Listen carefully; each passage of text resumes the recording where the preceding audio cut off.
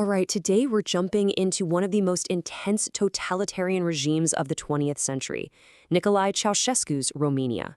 We're going to look past just the basic history and really try to understand the mechanics of it all. How exactly one man and his party managed to keep an entire nation in such an iron grip. It all starts with this one simple but pretty chilling idea. The party is everything. That was the official line.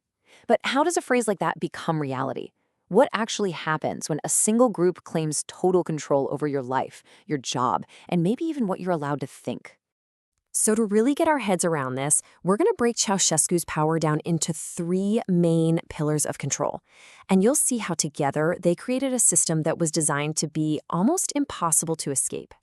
Let's start with the first one, which is maybe the most important. Because think about it. Before you can control what someone does, you've got to try and control how they think. And that is where the cult of personality comes in. So what exactly is a cult of personality? I mean, it's way more than just being popular, right?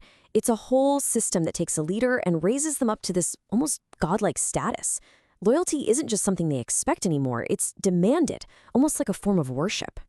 And this cult was built piece by piece. They literally rewrote history books to put Ceausescu at the center of every great moment in Romanian history. His face was everywhere, every street corner, every office.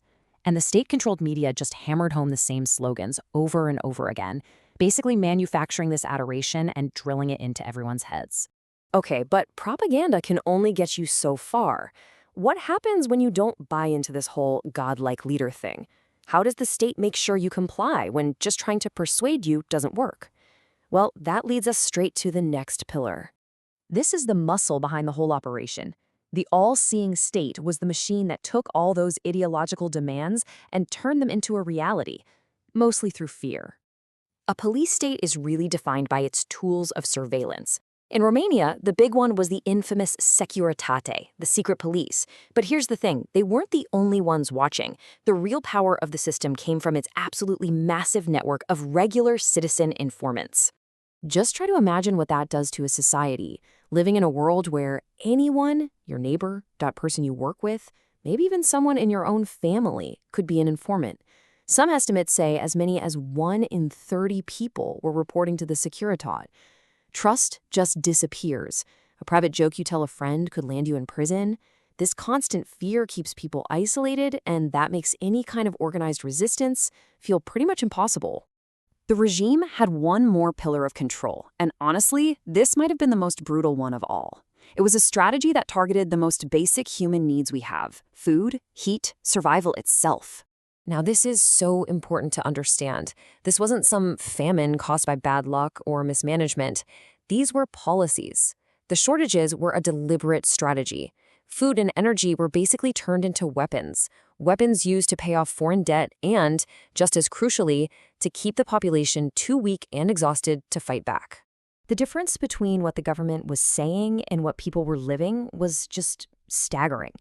The propaganda is celebrating paying off all the nation's debt, but meanwhile, regular people are standing in line for hours just for a loaf of bread.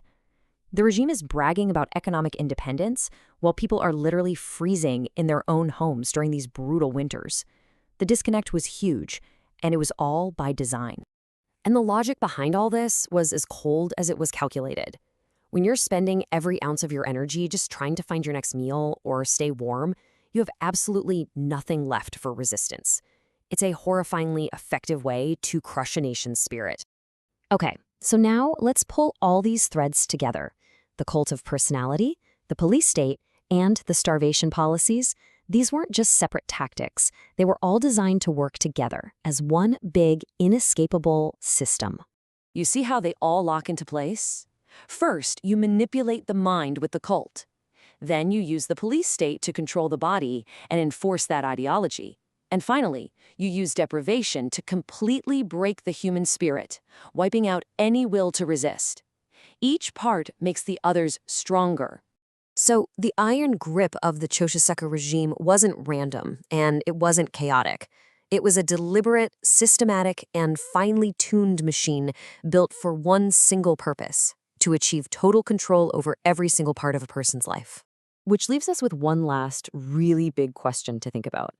After the mind has been manipulated, the body has been policed, and the spirit has been broken, what's actually left of the individual? When the party is everything, what really remains of the self?